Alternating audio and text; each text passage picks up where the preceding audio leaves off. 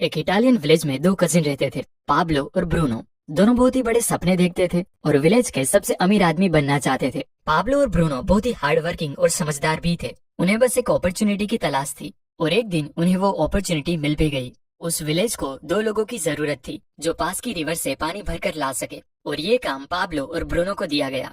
गांव वाले उन्हें एक बकेट पानी के लिए एक पेनी पे करते थे। ब्रूनो को लगता था कि मेरा सपना पूरा होने वाला है, लेकिन पाब्लो अभी भी थोड़ा कंफ्यूज था। उन हैवी बकेट्स को उठाने की वजह से पाब्लो के हाथ बहुत ही दर्द करने लगे थे।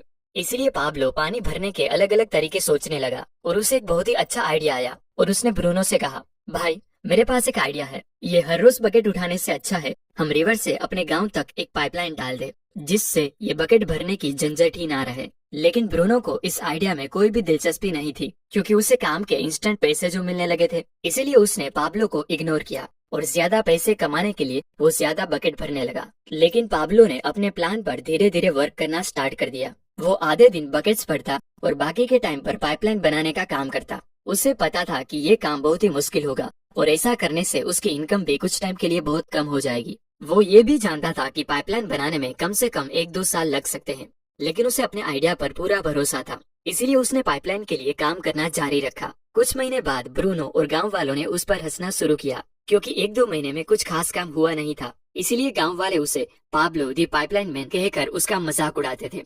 और दूसरी तरफ बकेट भरने वाले ब्रूनो की इनकम डबल हो चुकी थी। वो बड़ा घर खरीद चुका था, उसकी लाइफस्टाइल बदल चुकी थी। अब वो नई नई चीजें खरीदता था, जिसकी वजह से गांव वाले उसे मिस्टर ब्रूनो कहकर बुलाते थे। ब्रूनो जब वीकेंड्स पर मजे करता, तब भी पाब्लो पाइपलाइन के लिए खुदाई का काम करता था। पाब्लो का काम बहुत ही मुश्किल था, इसीलिए वो हमेशा अपने आप को रिमाइंडर देता कि आज के सेक्रीफाइस की वजह से ही उसका कल का ड्रीम पूरा होगा। पाब्लो को पता था कि शॉर्ट टर्म का पेन लॉन्ग टर्म का गेन होता है, इसीलिए वो डे बाय डे पाइपलाइन बिछाने का काम करता रहा।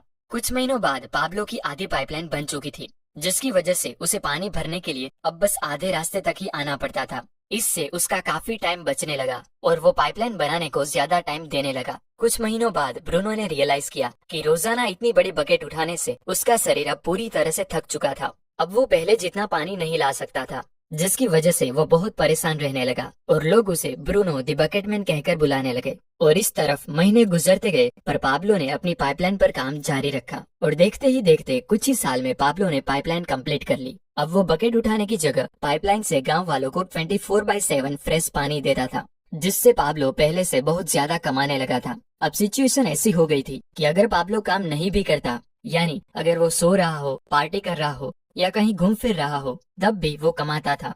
दूसरी तरफ पाब्लो की पाइपलाइन की वजह से ब्रूनो द बकेटमैन बेरोजगार हो चुका था, क्योंकि गांव वालों को जब चाहे तब और जितना चाहे उतना पानी पाब्लो की पाइपलाइन से मिल जाता था। अब जरा रुकिए और सोचिए कि आप एक बकेट कैरियर है या एक पाइपलाइन बिल्डर। कि आपको पैसे कमाने के लिए ब्रूनो द बकेटमैन की तरह हर दिन काम पर जाना पड़ता है, या पाब्लो द पाइपलाइन मैन की तरह कुछ टाइम के लिए बहुत मेहनत से काम करना पसंद करो।